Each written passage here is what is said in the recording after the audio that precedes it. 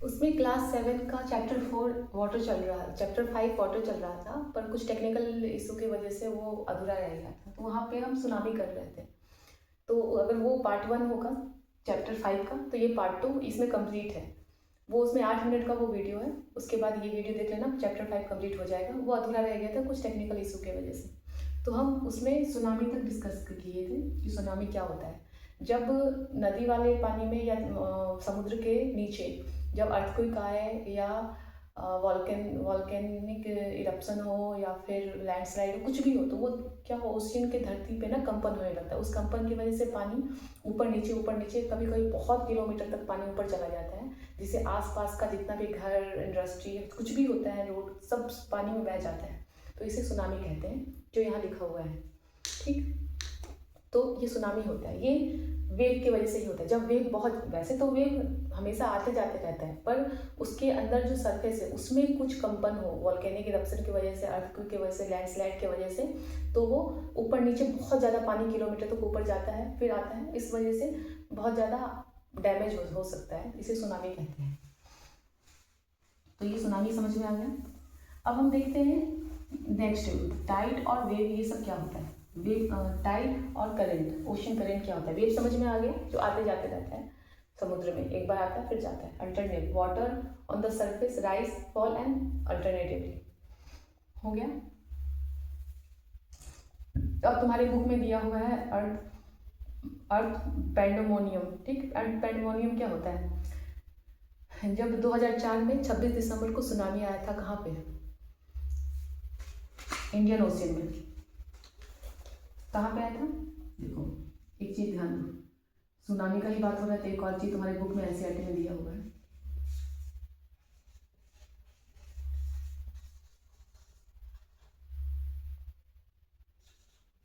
ये अर्थ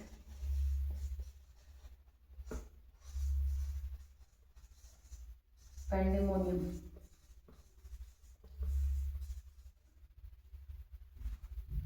पैंडेमोनियम मतलब होता है बहुत तहलका मच जाना। ठीक है, तो अर्थ पैंडेमोनियम भी कहते हैं उसे। 26 दिसंबर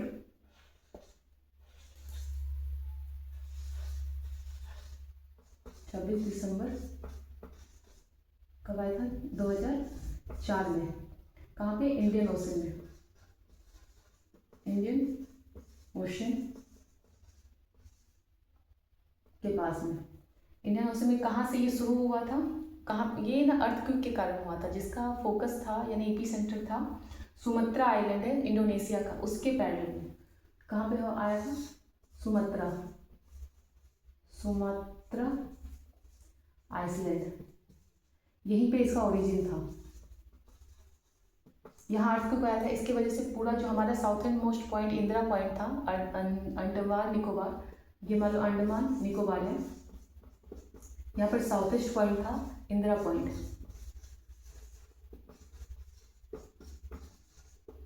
ये क्या हुआ था, इस ओशन में डूब गया था, वाटर का लेवल इतना बढ़ गया था, ये उसमें सबमर्ज हो गया।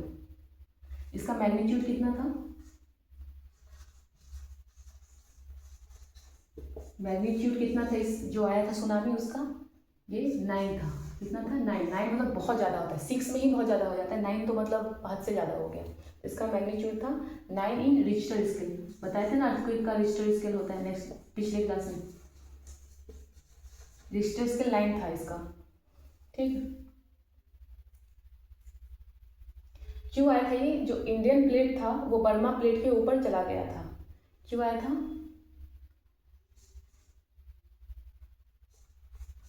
Indian plate went on Burman plate, Indian plate Burman plate के ऊपर चला गया था, तो यह था।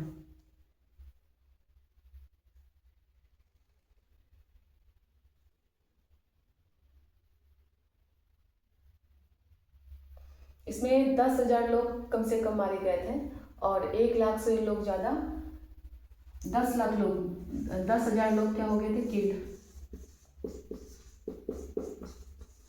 और 1 लाख से ज़्यादा लोग इफेक्टेड हुए थे, 1 लाख से ज़्यादा इफेक्टेड हुए थे, 1 लाख इफेक्टेड। तो ये था इसके बारे में कुछ नॉलेज है। अगर इसमें बहुत ज़्यादा मार्क्स है तो कुछ अपना बना के भी लिख लो, प्रॉपर्टीज़ का, लोगों का बहुत ज़्यादा प्रॉब्लम हो गया, ये सब ऐसे कर सकते हो उस जगह पे। ठीक, तो देखो ये था सुनामी के बारे में जो मेन बात है। इतना लिखोगे फुल मार्क्स मिलेंगे।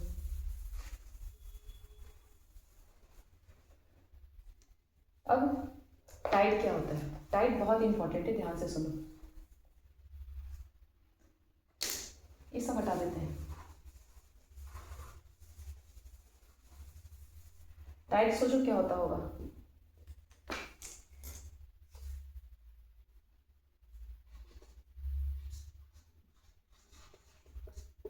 Rhythmic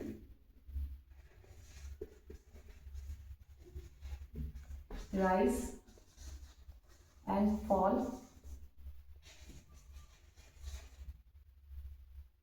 of ocean water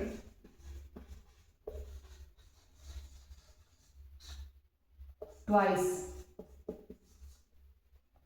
in a day is called a tide. ये दो तरीके का होता है, हाई टाइड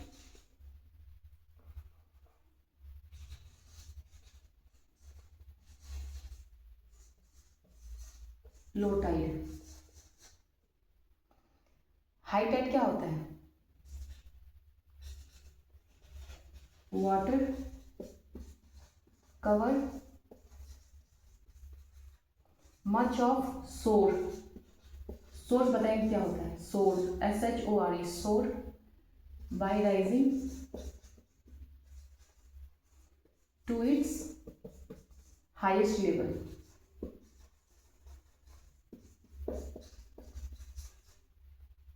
और लो क्या होता है? When water level fall to its lowest level,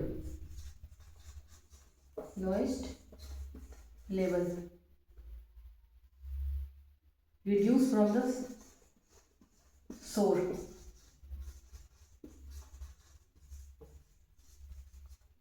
अब देखो क्या होता है। ये मान लो समुद्र है, ओशन, ये शोर है। शोर मतलब जहाँ पे लोग घूमते रहते हैं, समुद्र के जस्ट पहले जो बालू वालू टाइप जगह रहता है ना, ये मान लो शोर है। ये ऑफ शोर है, इसे ऑन शोर कहते हैं। कभी कभी लिखा होता है ये ऑन शोर या ऑफ शोर। ठीक, तो देखो जब ये पानी का लेवल कभी कभी उछल के यहाँ तक चला जाए, मतलब मैक्सिमम यहाँ जा सकता है, यहाँ से आगे नहीं बढ़ सकता, तो इसे हम बोलते हैं हाई टाइड। क्या बोलते हैं? High tide. और जब यहाँ से वापस मिनिमम यहाँ तक चला जाए, यहाँ लेवल रहता है पानी का, मिनिमम मतलब यहाँ तक चला जा सकता है, इससे बोलते हैं लो टाइड। ये हाई टाइड, ये लो टाइड। सोर से जब वो मैक्सिमम दूरी तक जा सकता है सोर पे, तो उसे हाई टाइड और लो टाइड। ये हो गया टाइड। अब ये क्यों होता है ऐसा? जैसे हमने देखा कि वेव क्यों होता है, जब वेव से सुनामी कैसे बदल जाता है, वेव क्यों आता है, ये देखा हमने। अब देखेंगे टाइड क्यों आता है। टाइड मतलब आने का क्या रीज़न है? तो टाइड आने का रीज़न ये है, मून और अर्थ और सन। तो देखो पहले तुम्हें 2-3 कंडीशन समझना पड़ेगा।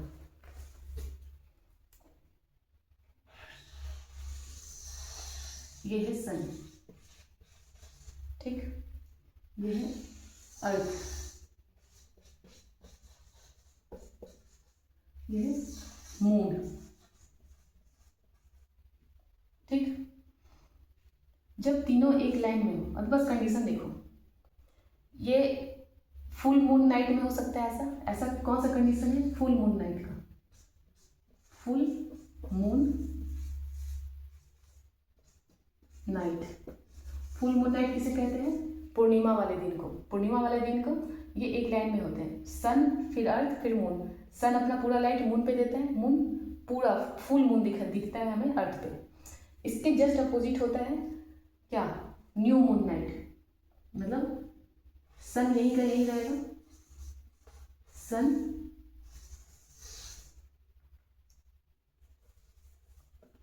यहाँ पे मून आ जाता है, मून का जगह यहाँ आ जाता है, मून, फिर यहाँ अर्थ। ये क्या है, new moon night, new moon night. ये हाई टाइड वाला डे होता है, ये बहुत ज़्यादा टाइड, मतलब बहुत ज़्यादा तक शोर को कवर करेगा। जैसे ये मान लो आसपास क्या है, पानी है,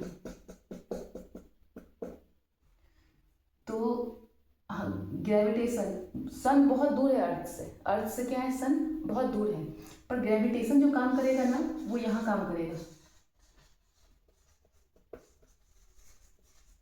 क्योंकि मून बहुत नज़दीक है, तो मून पानी को क्या करेगा, अपने तरफ खींचेगा। तो ये पानी क्या होगा, यहाँ पे लो टाइड हो जाएगा और यहाँ हाई टाइड, ये पानी इधर जाएगा, एकदम से इधर चला जाएगा, ठीक।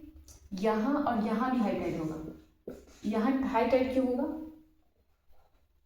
क्योंकि अगर इधर पानी गया, बैलेंस बनाने के लिए सेंट्रीफ्यूगल फोर्स होता है, तुम आगे जाके पढ़ोगे हायर क्लास में, सेंट्रीफ्यूगल फोर्स होता है कि जब कोई चीज़ घूमते रहता है तो घूमते घूमते अगर वो एक साइड से थोड़ा बढ़ गया तो दूसरे साइड से भी बढ़ेगा, ताकि जो घूमने वाला जो फोर्स है ना, सेंट्रीफ्यूगल फोर्स, घूमते रहे, वो बैलेंस रहे। जब तुम कोई चीज़ घुमाते घुमाते फेंकते हो तो बाहर की तरफ चला जाता है, क्योंकि बाहर से भी एक फोर्स लगते रहता है, जिसे सेंट्रीफ्यूगल फोर्स बोलते हैं। तो यहाँ क्या लगा, अगर अंदर की तरफ, बाहर की तरफ उधर ग्रेविटेशनल फोर्स के कारण उभरा, तो इधर centrifugal,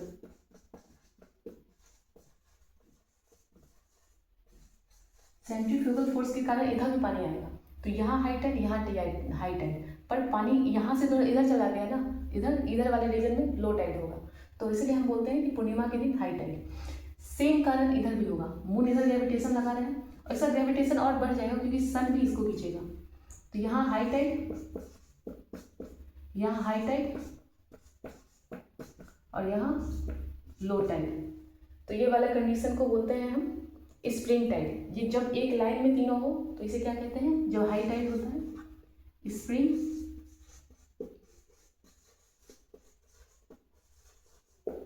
full moon night, new moon night, ये दोनों कंडीशन को क्या कहते हैं हम, स्प्रिंग टाइड। ये हो गया स्प्रिंग टाइड, दो रीजन से होता है, समझ में आ गया, डाउट होगा तो पूछ सकते हो। मून ग्रेविटेशन फोर्स लगाता है अर्थ के ऊपर, तो उसका पानी उस साइड में चला जाता है, इस साइड भी हाई टाइड होता है क्योंकि ये सेंट्रीफ्यूगल फोर्स लगता है, ठीक।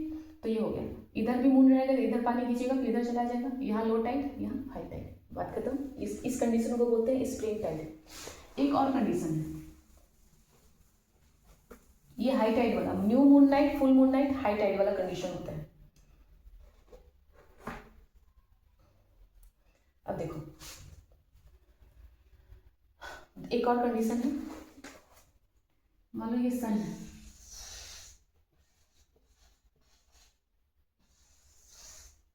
ये अर्थ, मून हो सकता है यहाँ पर हो, यहाँ भी तो हो सकता है ना मून, क्योंकि ये चक्कर लगाते रहता है अर्थ के। अब क्या हो रहा है, यहाँ से भी खींचा जा रहा है, कुछ ग्रेविटेशन तो सन भी लगा रहा है और कुछ ग्रेविटेशन ये भी लगा रहा है, तो ये बैलेंस होगा। क्या होगा, बैलेंस होगा, मतलब टाइड कहीं भी ज़्यादा नहीं होगा, सेम होगा, तो ये होता है लो टाइड।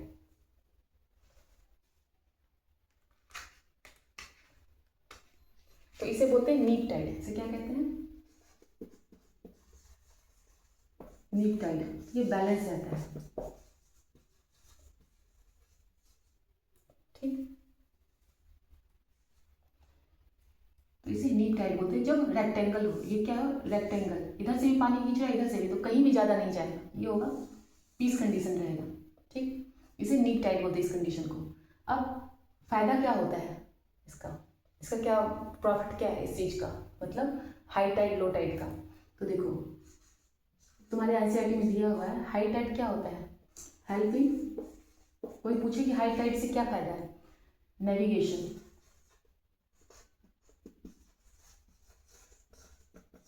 नेविगेशन मतलब आना जाना, कोई शिप जो होता है हाई टाइड के कारण जल्दी जा सकता है किसी जगह पे, तो उसे, तो ये प्रॉफिट हो सकता है नेविगेशन में।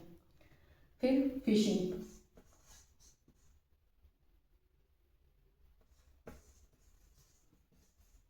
हाई टाइड के कारण मछली ऊपर आ जाती है, तो जो मछुआरे होते हैं उन्हें मछली पालने में या उसे निकालने में ज़्यादा सुविधा होता है। फिर हो सकता है इलेक्ट्रिसिटी,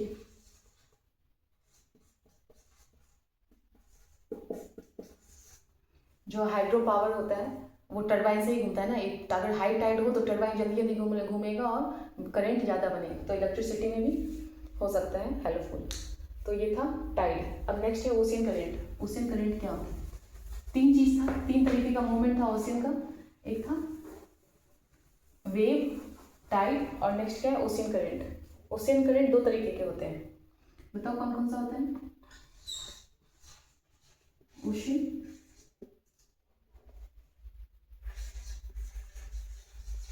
करंट। ओशियन करंट मतलब मान लो ये ओशन है,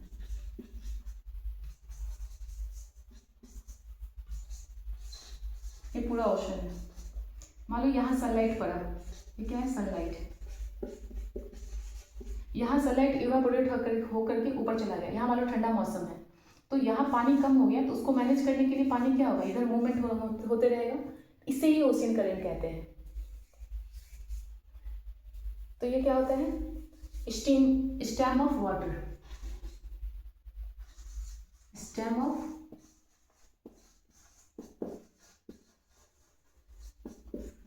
to maintain level of water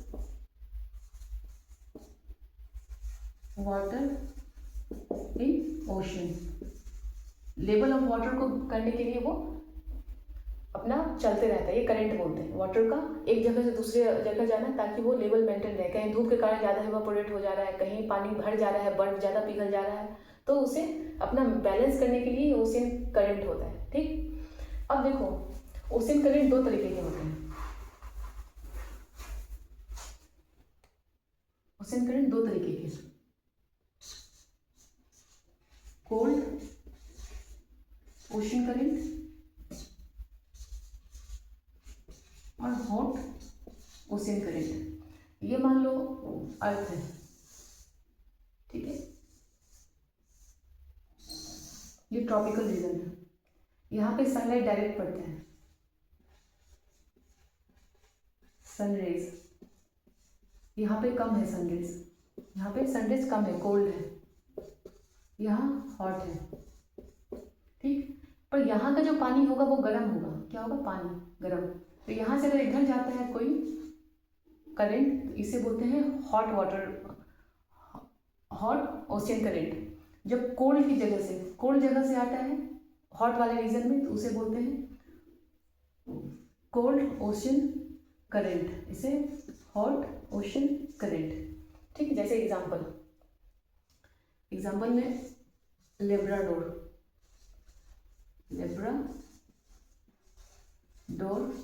ocean current, ये क्या है? कोल्ड ओशियन करंट, क्योंकि ये ठंडा जगह पे है, वहां से ट्रॉपिकल पे आ रहा है। जहां पर ठंडा जगह है वहां से करंट आएगा तो कोल्ड ओशियन करंट। जैसे गल्फ,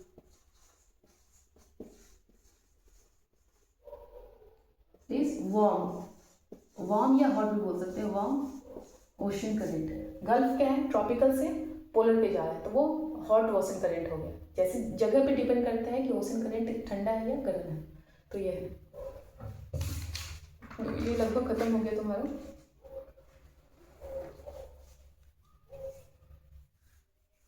एक दो बात है इसका, जो गर्म ओशियन करंट है वो जहां भी जाता है वो गर्मी लेके जाता है, वो गर्म, वो जगह गर्म होता है। और जहाँ पे कोल्ड करंट होगा वो जगह ठंडा होगा। कोल्ड डेजर्ट भी होता है कभी कभी।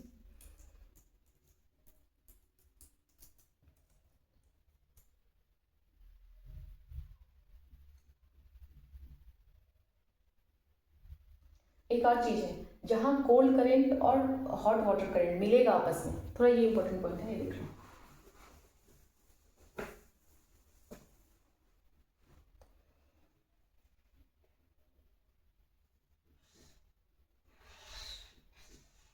ये मानो कोल्ड ओशन करंट है, ये मानो हॉट ओशन करंट। मिल सकता है ना एक जगह पे, मान लीजिए मीट किया, तो ये जगह बहुत बढ़िया होता है मछली के लिए। तो ये होता है best fishing ground of the world.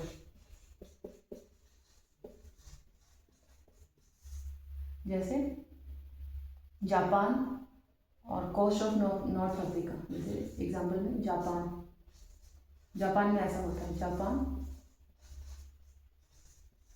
Coast of north America, ये सब जगह पे ऐसा होता है जहाँ कोल्ड करंट हॉट करंट मिलता हो, फिर मछली वहाँ पर एकदम ऊपर आ जाती है, सही उसको कंडीशन मिलता है, तो उसे मछली के लिए बेस्ट माना जाता है उसको।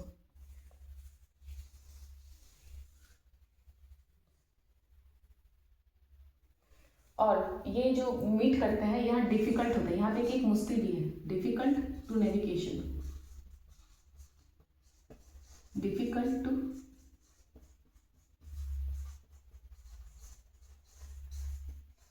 फॉगी कंडीशन हो जाता है, फॉगी कंडीशन मतलब ठंडा गर्म मिक्स हो रहा है, गर्म एयर कोल्ड एयर के ऊपर जा रहा है, तो ये फॉग बन जाता है, उससे नेविगेशन मतलब देखने में प्रॉब्लम होता है। तो एक फ़ायदा भी है मछली पालन का, और फॉगी कंडीशन हो जाता है, नेविगेशन के लिए मुश्किल आता है। तो ये खत्म हो गया चैप्टर। इससे पहले वाला चैप्टर नहीं, इससे पहले वाला जो पार्ट है इसी चैप्टर 5 का ही होगा, पर इसमें ये पूरा हो गया, उसमें अधूरा था। तो ये हो गया, इसमें कुछ कुछ बातें, इसमें नोट में बहुत इंपॉर्टेंट बात है, ये ध्यान रखना पानी के बारे में, अभी मैं बताती हूँ।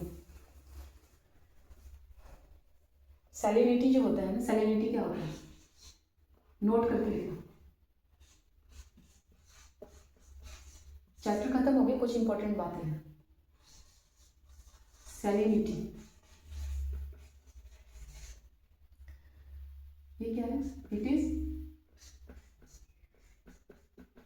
It is the amount of salt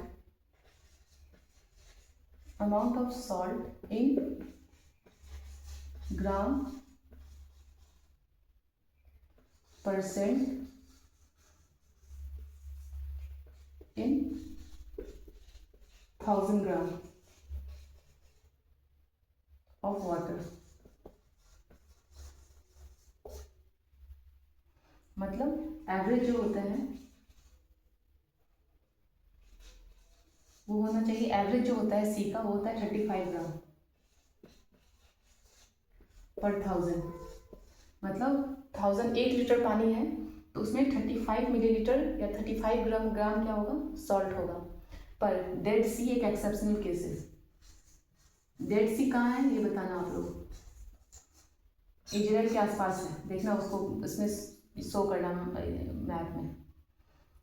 तो डेड सी में क्या है 340 ग्राम, समझ रहे हो, मतलब 500 लगभग, 340 ग्राम पर 1000 ग्राम ऑफ वाटर में।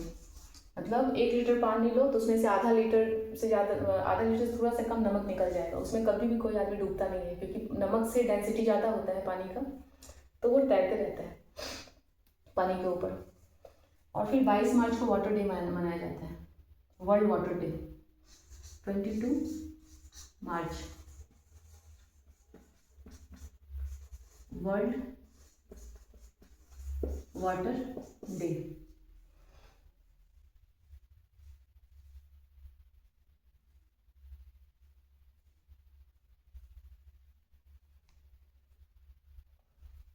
हो गया, तो ये सब था ये चैप्टर, इसके साथ खत्म हो जाता है। कुछ डाउट हो तो तुम पूछ सकते हो।